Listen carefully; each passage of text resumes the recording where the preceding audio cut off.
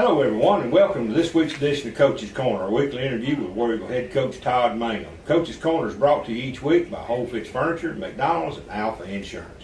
Coach, good to see you this week. Glad to be back, Kenny. Well, Coach, we made the epic journey to Natchez, Mississippi in the first district game for 2013, and it was all Wayne County in the first half. We took a 55-7 lead into the locker room and then came out in the second half and basically just put it neutral and let some other guys play and took away a 62-13 win.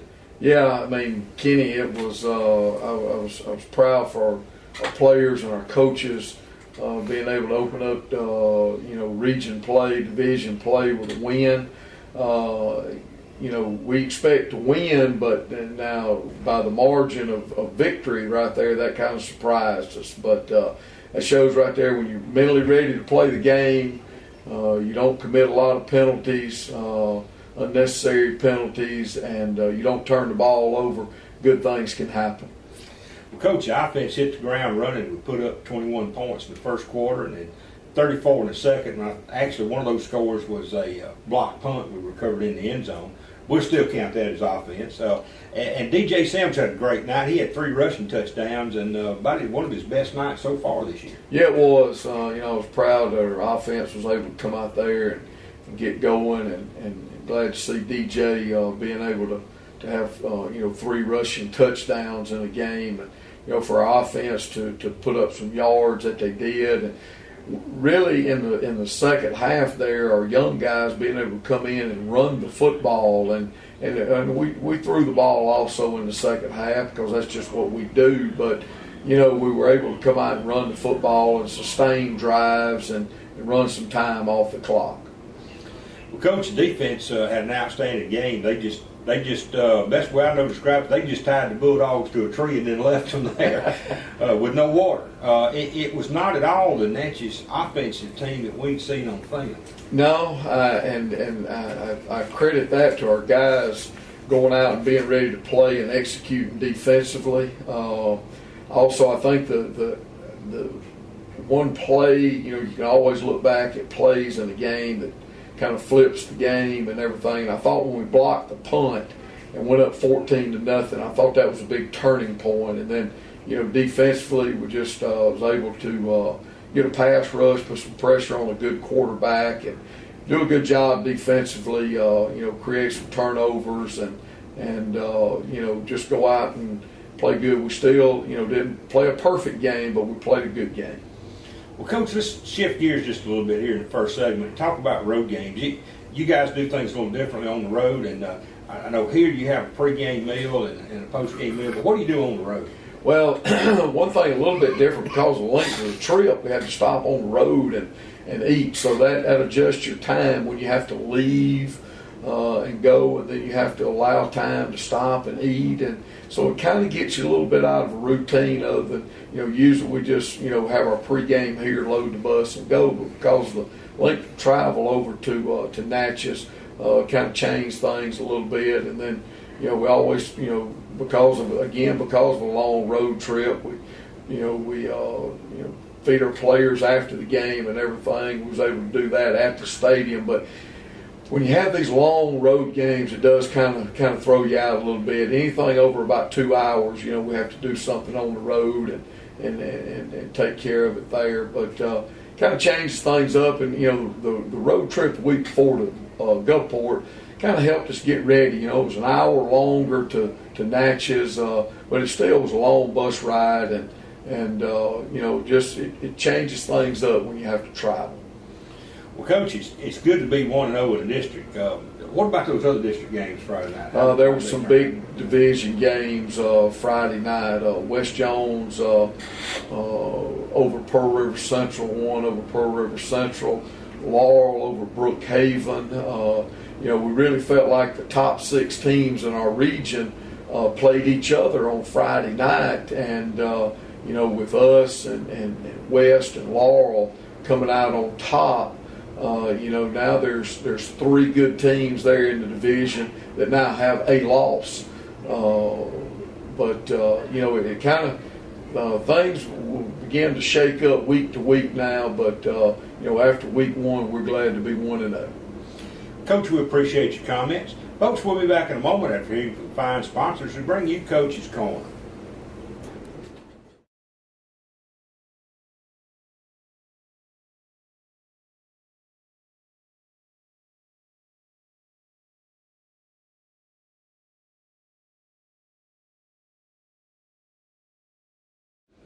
We're back in the second half of Coach's Corner. Well, Coach, we get to play one at home after 2 weeks on the road, and this time it'll be Brookhaven, and as always, they're just a solid football team. It is. Every time Wayne County and Brookhaven line it up, Kenny, it's always a good football game. They're a good football team, a very well coached team, and a very good 0-1 in the division team. That was their first loss of the season to Laurel on Friday night, so they're not accustomed to losing, and not accustomed to being 0-1 in the division either. Well, Brookhaven comes at you two ways. They're going to spread the field, a lot like Natchez did when we looked at film Sunday. When they spread those guys to the wide side, they're out there a quarter of a mile.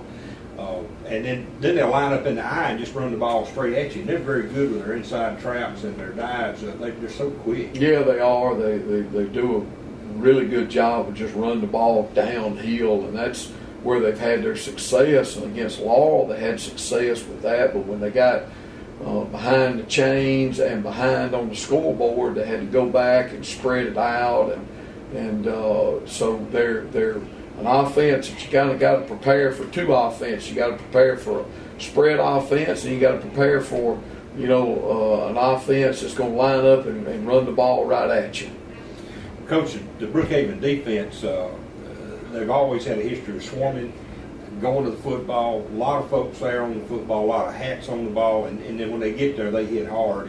And they always have a lot of talent on that side of the football, and this year's not going to be an exception either, is it? No, it's not. Last year they had a Division I signee on defense who's gone now, of course. And got a big nose. Their defensive philosophy has kind of changed a little bit, gone from a 4-3 team to a 3-4, and they have a big nose up inside, and they want to lock you up man. They've got really good secondary players that they're going to try to lock us up man and stop the run with 5 or 6 guys. So we've got to do a good job of creating running lanes for our running backs, but also giving our quarterbacks time to throw the ball too.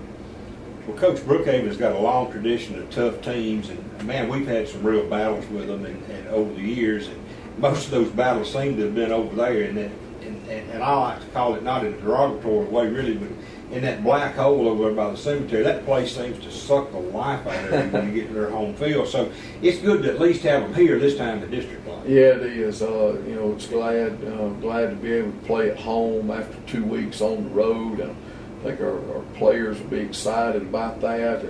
But again, it is Brookhaven, and it's Brookhaven and Wayne County, and like we said earlier, there's going to be a battle.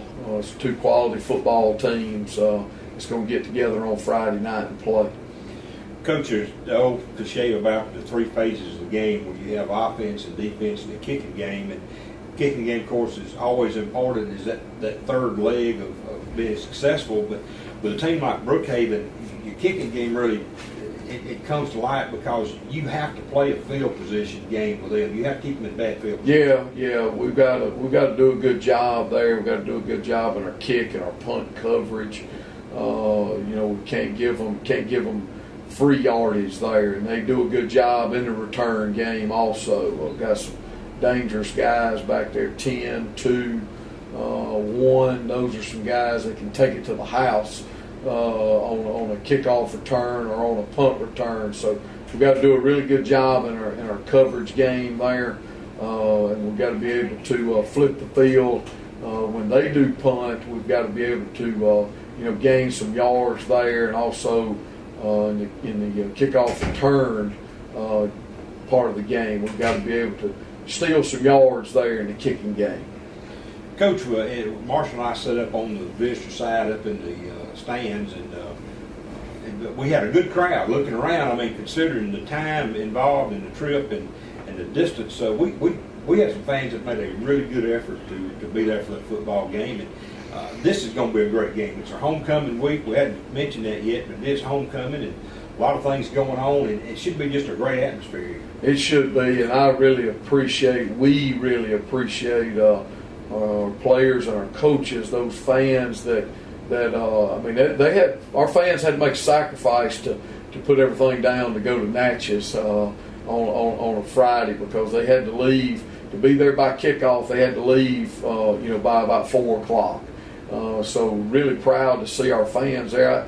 Kenny, if I'm not mistaken, you probably take away their band and the crowd. Our crowd was probably equal to theirs, and it was a home game for them. So thankful and so appreciative of our fans making the effort and the sacrifice to go over to Natchez on Friday. And this week, hey, being back at home, first division game at home, coming off a big win last week and starting off 1-0 in the division.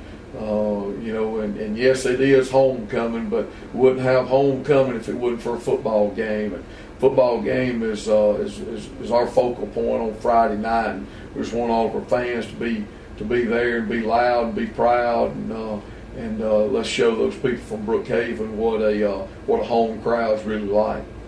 Coach, as we close out, I want to mention all of our homecoming activities and things will take place prior to the football game. Is that right? Right. Yes. 30 minutes prior to kickoff, so around 6:30.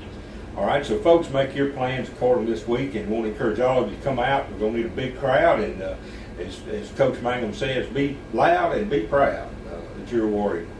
Folks, that'll bring to a close this week's Coach's Corner. Well, Coach, I almost jinxed it, so I want to wish you good luck this Friday night. Thank you. Brookhaven team. Appreciate that. Almost messed up, didn't it? But we'll go back, and that'll bring to a close this week's Coach's Corner. Tune in each Thursday afternoon at 4:30 p.m. and again on Friday evenings, 30 minutes prior to kickoff. And again, all our kickoffs at 7 p.m. this year. Thanks to our sponsors, Whole Fix Furniture, McDonald's, and Alpha Insurance. For head coach Todd Mangum, this is Kenny Odom. So long.